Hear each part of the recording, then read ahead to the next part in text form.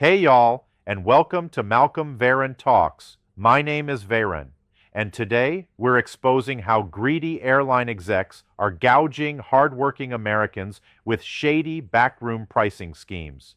Imagine paying $80 for a carry-on while the guy next to you paid $15. Same seat, same flight, just different algorithm. And now they're using your age, your gender, even your zip code to decide how deep they dig into your wallet. That ain't dynamic pricing. That's high-tech discrimination, plain and simple. And when Congress asked them about it, those CEOs squirmed like kids caught cheating on a test. Let's dive in. So like if you have the misfortune of having to book your flight at the end because maybe something's been canceled, then you're going to get screwed. Is that what you're telling me? You're not one of the best people. Are you referencing just fares? I'm just responding to your testimony. I'm listening to you, and you just said as a flight's filling up, you're going to get charged more. Not always. Sometimes you'll get charged less. Exactly. Right. Sometimes. Right. But you'll never know. Right. That's the beauty of it. It's like Russian roulette. Flying on the airline is. I would disagree, you have no idea in the world. I would disagree. Wait, no idea. You just said it. It's very transparent. We'll have it. Listen, there'll be a transcript generated, and I'll send it to you with a bow on it. You can read your own testimony just now. You have no idea what the fee is going to be ever. Can we just come back to this bounty issue, Mr. Schroeder, Mr. Klein? Because I have to say I didn't understand your answers. I thought you said to the chairman earlier that you did say in your opening statement that there was a lot of misinformation about this out there, Mr. Schroeder, and I thought you said, Mr. Klein, that you don't charge bounties. So can we just clear this up once and for all? We're all here, we're all under oath. So, Mr. Schroeder, let's start with you. Do you charge a bounty? Do you pay employees bounties on carry-on bags to identify them? Well, that's a yes or no. I wouldn't characterize it as a bounty. Do you charge them, do you pay your employees a fee? Do you incentivize them to go pick out bags from people getting on planes and kick them off the flight? Just yes or no? We charge them an incentive. Okay, that's a yes. Mr. Klein? We do not, Senator Hawley. You don't pay your employees to do that? We have previously, sir, but we actually suspended that on September 30th of this year. And now in order to be able to treat all of our guests fairly and equitably, we've actually just put more staff and supervisors out at the gate area, and they're the ones that are still making sure that everyone's treated fairly and equitably, which is the point behind these kinds of programs, but we have removed that program as of September 30th. Oh, interesting. So let's come back to you, though, Mr. Schroeder. So how much have you paid your gate agents to enforce your carry-on bag policy, to pick people out of the line like the chairman's video showed? I mean, you guys do appreciate that flying on your airlines is a disaster, don't you? I'm slightly amazed by the general attitude of all of you here. Flying on your airlines is horrible.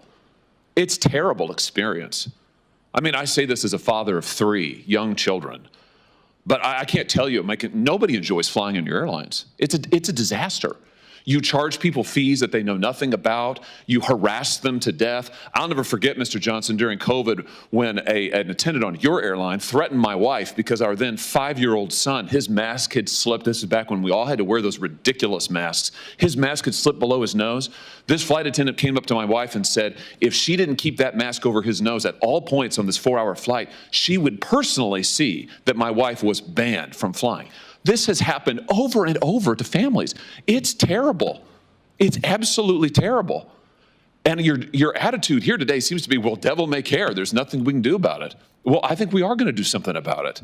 So how much have you paid people to pull out customers who are in line with a bag that's 2 centimeters too big, Mr. Schroeder?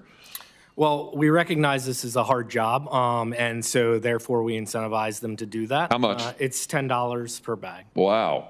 $10 per bag. And I think, Mr. Klein, you and Mr. Schroeder, your airlines cumulatively have spent $26 million paying gate agents between 2022 and 2023 to catch passengers whose bags are a little bit too big. $26 million. I mean, if people want to know why it's such a terrible experience to fly, this is news for them today. Your airlines are paying millions of dollars to your employees to harass people who've already paid. They're there in line because they've already paid. It's unbelievable. By the way, let me just ask you this while I have you here. Why is it that you charge different people different fees for carry-on bags? Why is that, Mr. Klein? Why isn't it just a flat fee? Why is it that I might get charged one fee, but my wife might get charged a different fee? Why is that? So overall, our job is to generate the most revenue we can, so we can be profitable as an airline. If we're not profitable well, actually we have costs, and there's costs out there, and we have to make sure that we're above the cost line in order to make sure that we can run a profitable entity. Yeah, and be able I got to it. grow. No, I got it. I got it. And- Money's the answer. So last year, your carry-on bag fees ranged between $15 and $99. That's extraordinary. One person might pay 15, somebody else might pay 99. How do you determine it? Is it based on personal characteristics? It's you charge never women more? It's never based on personal You characteristics. charge minors more? We do not, sir. What, just people who are suckers? I mean, how do you do it? Well, there is a cost to carry any kind of bag. Yeah, but So why do some you of it- charge some people more? I understand the cost, and you made clear money's your bottom line. I get that, but why is it that you're charging some people what, triple, quadruple the amount? Well, the length of the flight should matter in this as well. So Yeah, but that's not the data. The data shows is we're talking about the same people on the same flight might get charged radically different prices for a one carry-on bag. You do the same thing for check bags. Why is that? Right. So just for the record, the $99 charge has been reduced to $79 as a That's a lot maximum. better. And what ends up happening here is we want to make sure that we can get the best price to the best people at the right time. The best people? Who would they be? Sorry, let me rephrase. The right price. Are those the people who, what? I mean, no, explain it to me. I'm interested. Who are the best people? Well, that was the misstatement, sir.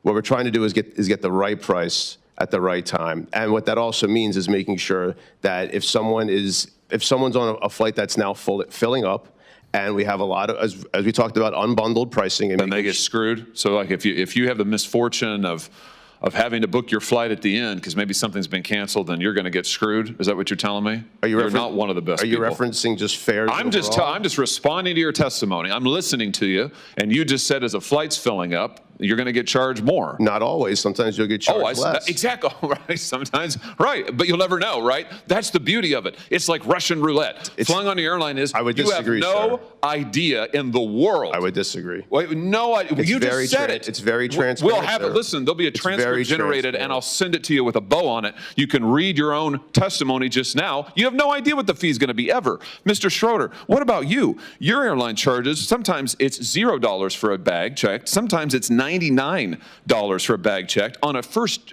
sorry, that's carry-on. Excuse me, carry-on. For check bag, it could go from $0 to $138. Who knows what it's going to be? Why do you vary it so much? Is that fair to the consumer? So it depends again on routes, and so there's just demand around that. No, but that's not true. We're talking about people on the same flights. Their prices may vary by huge astronomical percentages. Why is that? Well, that happens on airfare as well, and it does. I want to talk about that next. I'll explain the model and how we think about things. So increasing ancillary historically has brought the fare down, and I brought up earlier that nearly 50% of people are not paying for a bag or a seat. We are providing options that people are deciding whether they want that or not. That is increasing the ability for people to travel listen, and travel my time is limited, and I know the chairman, Senator House, want to ask more questions. I just want to point out to you that you are charging people for the same thing, one checked bag or one carry-on bag on the same flight. People are paying wildly different prices for it. They have no idea what it's going to be. I think people will be amazed to learn today that if they fly on your airline or yours, Mr. Klein, heck, the guy next to him may be paying $15 for the carry-on bag, and they may be paying $80. Last thing, Mr. Chairman, I know you're indulging me. I'll be really quick on this, but Mr. Schroeder, you just mentioned that you also use this so-called dynamic pricing for seats, for seat fees. Why do you make people enter in their age and their geographic location and their gender before they can even see the cost of a seat? Why is that? That's been in place since 2014. Yeah, but why? It's because you're using those personal characteristics to generate the fees? No, absolutely. To generate the prices? Well, then why else do you require it? Mr. Klein, you do the same thing. Why is the gender relevant to what the seat is? This is all information that's needed in order to complete the transaction. No, it's not. Delta doesn't do it. United doesn't do it. You don't need somebody's gender in order to do it. You use it, clearly. You're using it to generate the prices, right? We do not, sir. It's not based on personal characteristics? Not at all. You don't use algorithms to set the price of seats? That's a different question. So you do use an algorithm and you do make them enter all their personal information. What's your definition of algorithm, sir? Oh, for heaven's sake. Well, because algorithms are ways for people to be able to come up with calculations, which is a faster way. It's more efficient than a human being doing the same exact work. So, I'm trying to answer your question, sir, in all sincerity, and I don't know how else to answer it. Welcome to the skies, where the fees are fake, the algorithms are rigged, and your gender, zip code, and date of birth might just determine how badly you're about to get ripped off. That's not a conspiracy theory. That's straight from the mouths of airline CEOs who squirmed through one of the most brutal hearings we've seen in years. Let's start with the obvious. You're paying more for the same exact service than the person next to you. One passenger pays $15 to carry on a bag. The one beside them, $99. Same bag, same plane, same airline. And these CEOs have the gall to call it dynamic pricing. Let me translate that for you. It's chaos by design. It's Russian roulette with your wallet. And the airlines love it. Why? Because it makes them a fortune. They've gamified your flight, turned it into a slot machine where the house always wins and the rules are invisible. And it gets darker. Senator Josh Hawley asked the most obvious question of all. Why do you need someone's age, gender, and location just to tell them how much a seat costs? Do you think the CEOs had an answer? Of course not. They fumbled, they mumbled, they fell back on buzzwords like transactional requirements and pricing optimization. But we all know what that means. You're profiling customers, scraping data to figure out how desperate they are, and then charging accordingly. You're a woman? You might be charged more. Traveling from a low-income zip code? Pay up. Booking last minute because of a family emergency? Jackpot for them. And don't think for a second this is just about pricing. They're paying employees bounties, yes, literal bounties, to hunt passengers at the gate. $10 per bag. That's what agents get for flagging carry-ons that might be 2 centimeters too large. Over $26 million paid out in just 2 years to staff whose job, apparently, is to make the flying experience as humiliating as possible. It's not security. It's not efficiency. It's pure corporate harassment, monetized. These executives sit there and say, we're just trying to be profitable. Sure, but let's call it what it is. You're squeezing passengers dry while pretending it's some sort of innovation. Newsflash. Slapping on mystery fees and playing games with customer data isn't clever, it's abusive. And their responses? Absolutely shameless. One CEO referred to the best people getting the best prices as if flying were some exclusive club and the rest of us were just cattle with wallets. When called out, he brushed it off as a misstatement. Oh, how convenient. Then came the ultimate insult. They couldn't even define their own algorithm. When asked directly whether they use algorithms to set seat prices based on personal info, the CEO asked, "What's your definition of algorithm?" Seriously? You charge families hundreds of dollars in extra fees using systems you claim you can't even explain? This isn't a business model. It's a scam disguised as software. And when these executives are finally dragged into the light, under oath, in front of the American people, they still can't give a straight answer. That tells you everything you need to know. They know it's wrong, but as long as they're cashing in, they'll keep doing it. Flying in America has become a test of patience, dignity, and economic survival. And now we know why. Because behind every delayed boarding call and surprise baggage fee is a rigged system built to exploit, not serve. Imagine building 300 planes without knowing how to align the load-bearing structures properly and then threatening the engineer who dares to say it out loud. That's what happened here. A whistleblower got bullied, silenced, reassigned, and broken, while Boeing slapped Band-Aids on bolts and played Russian roulette with your safety. This isn't just a scandal. It's a ticking time bomb in the sky. Then he said, I want you to write it in writing. Tell me, are you in or are you out? Put it in writing whether or not you were going to... I'm in or out, and what that means, are you going to just shut up. Right. That's the only That would thing be in. If you wanted to be in, you needed to be quiet. You needed to stop this. You know, don't say anything more. Certainly don't tell the public. That's how I interpreted it. But he told me to write it in writing, and I'm trying to write it. And there was 10 emails, just because I haven't received your email on this. Send it to me, and this and that. So then he's pressuring you. I mean, Then you've got he's to- pressuring you, and then his manipulation even got further than that. You know, like, yeah, I'm trying to take a class on my own time that I have to flex the time. He wouldn't let me do that. Oh. You know, I have a doctor's appointment. He cancels my doctor appointment at the same day. I mean, different manipulating Retaliatory different behavior. things to retaliate, to make your life miserable. Senator Hawley. Thank you very much, Mr. Chairman. Thanks for convening this hearing. Thanks to each of the witnesses for being here. Mr. Salapur, let me just start with you. I just want to back up and make sure I understand your testimony, because it seems extraordinary to me. And I'm reading the letters that you've submitted from your attorney when you first contacted the FAA, when you contacted the committee. So my understanding is you worked on both the 787 and the 7777, correct? Yes, sir.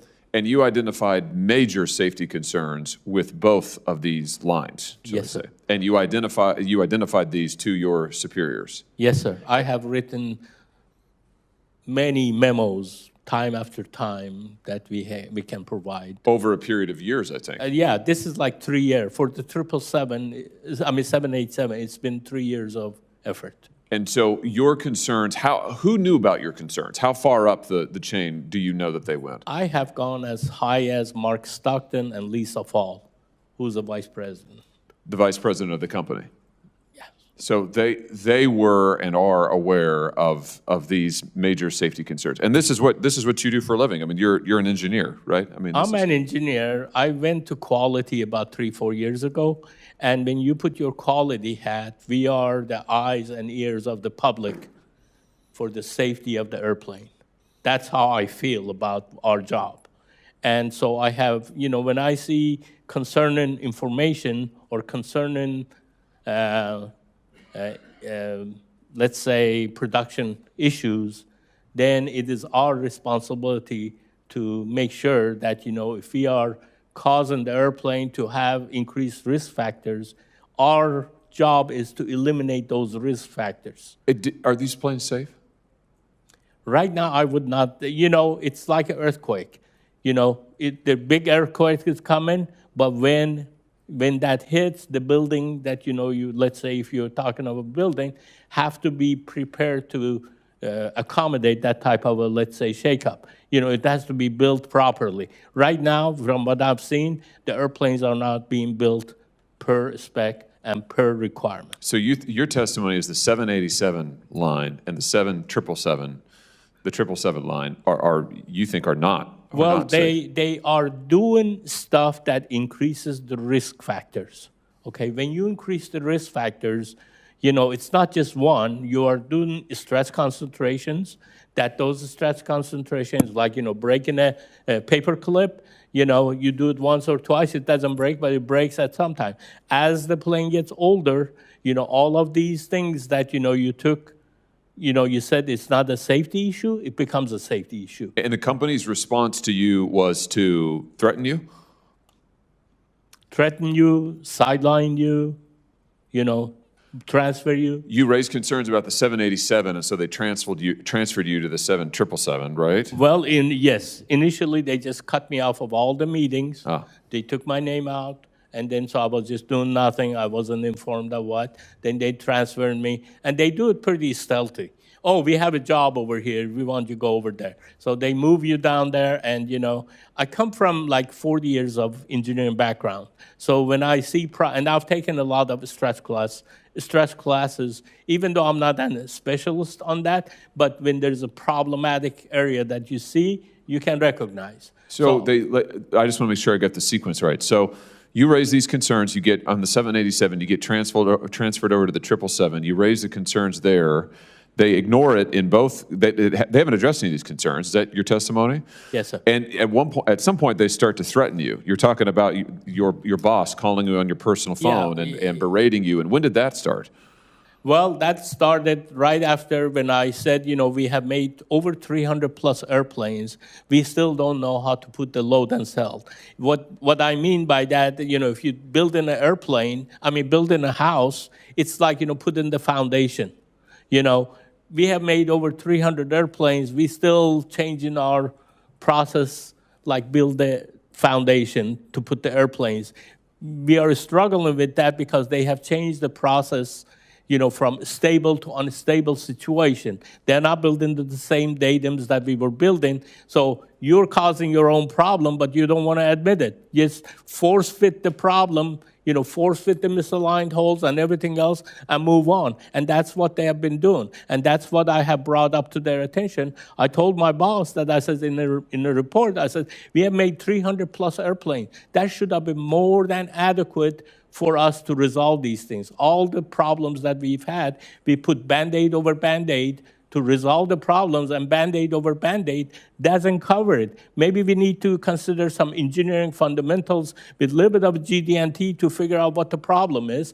And right after that, he came back to my desk, and he like I said, he made the threat, and then after that, he says, are you in or are you out?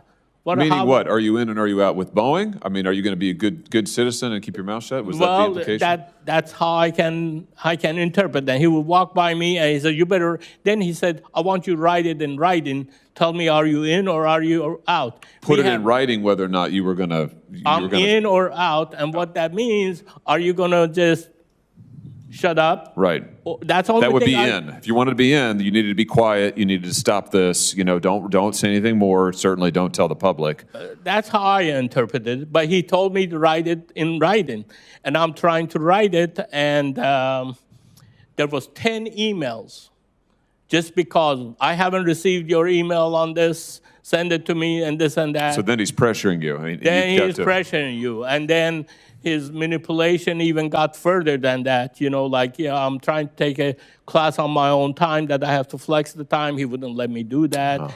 I have a doctor's appointment. He cancels my doctor appointment at the same day. Different manipulating different things to retaliate, to make your life miserable. And then, I started talking to go somewhere else. You just try to escape from that because this is hell, that I was subjected to. And then he threatens you with that. And really, with my background, I've had some, it's really has made me where 3 o'clock in the morning, I'm waking up with somebody stabbing me. I'm still receiving psychological help to just get back on normal. Well, it is unbelievable to me that in the midst of this safety crisis at this corporation, that what they're doing is threatening their own engineers whose job it is to help identify potential safety concerns. And rather than saying, you know what, you've got a point, we need to maybe do something about this, they're telling you to hide it, they're reassigning you, they're threatening you, they're trying to shut you up. In the meantime, I noticed this guy, Dave Calhoun, I think he's the CEO. I guess he's leaving at the end of the year. I wonder how much he's getting paid. I bet it's a lot. Yes, it's a lot more than my pay grade. I bet it's a lot more than your paycheck. Yeah. I bet it's a heck of a lot. Yeah. Mr. Chairman, thank you for holding this hearing. I think we're just scratching the surface here, but this is extraordinary. It's just extraordinary. Thank you. This wasn't just a hearing. This was a horror story with wings, and your family might be flying in it right now, because while Boeing's CEO pockets his exit bonus, one of the company's own engineers was getting bullied, isolated, threatened, and broken for doing the unthinkable, telling the truth. Let's get this straight. A senior engineer with decades of experience raised red flags about serious structural defects in Boeing's 787 and 777 programs. He wasn't guessing. He wasn't speculating. He documented it. He wrote memos. He went up the chain. He talked to vice presidents. He did everything right. So what did Boeing do? They cut him out of meetings. They silently reassigned him. They pressured him to shut up. They even had the audacity to tell him to put it in writing. Are you in or are you out? Translation: be a good soldier and stay silent, or get crushed. And this is how a trillion-dollar aerospace corporation handles safety concerns, by running psychological warfare on its own engineers? No, this isn't corporate culture. This is corporate intimidation on a criminal level. This man tried to flag what could literally be a matter of life and death. He used a metaphor so clear it hurts. Stress fractures are like bending a paperclip. It doesn't snap the first time or the second, but one day it breaks. And when it breaks at 35,000 feet in the air, you don't get a second chance. And Boeing's answer was, thanks, now go sit in the corner. Or better yet, let's erase you, move you around, deny your access, cancel your doctor's appointments, block your classes, and make your life a living hell until you give up. You want to know how corporate rot looks from the inside? This is it. It's not just about cutting corners. It's about silencing the people who try to fix the corners before they kill someone. The worst part? The guy wasn't even asking for glory. He wasn't staging a press conference. He was just doing his job, protecting public safety. But when your job becomes the biggest threat to your employer, you know the system's completely upside down. And here's the kicker. This isn't just an internal HR issue. This is about planes still flying right now, filled with families, built under processes that engineers have publicly called defective, unstable, and flat out dangerous. Let that sink in. Over 300 airplanes built without consistent structural specs, and Boeing's response was to force-fit misaligned holes and slap Band-Aids on production lines. If that doesn't terrify you, you're not paying attention. And while all of this was happening, Boeing's top execs, including the now departing CEO, were collecting massive paychecks, completely insulated from the chaos they created. One guy gets PTSD and therapy bills. The other gets a golden parachute. This isn't just corporate negligence. It's fraud with wings. And if Congress doesn't act, if FAA doesn't intervene, if the public stays silent, we're going to see the consequences of this in headlines we never wanted to read. Because sooner or later, one of these Band-Aid planes is going to fail. And when it does, Boeing won't be able to transfer the blame or reassign the fallout. We're not talking about inconvenience here. We're talking about death at cruising altitude and a corporate culture that doesn't just tolerate it, but protects it. If this made your jaw drop, good, it should. Because this isn't just corporate dysfunction, it's engineered betrayal at 35,000 feet. And the people sounding the alarm, they're being crushed for telling you the truth. So if you give a damn about safety, integrity, or just not falling out of the sky, smash that like button, share this video, and subscribe to Malcolm Veyron Talks right now. We expose what they bury, we say what they're too afraid to admit. And trust me, we're not done yet. Buckle up. The next takedown's already taxiing to the gate.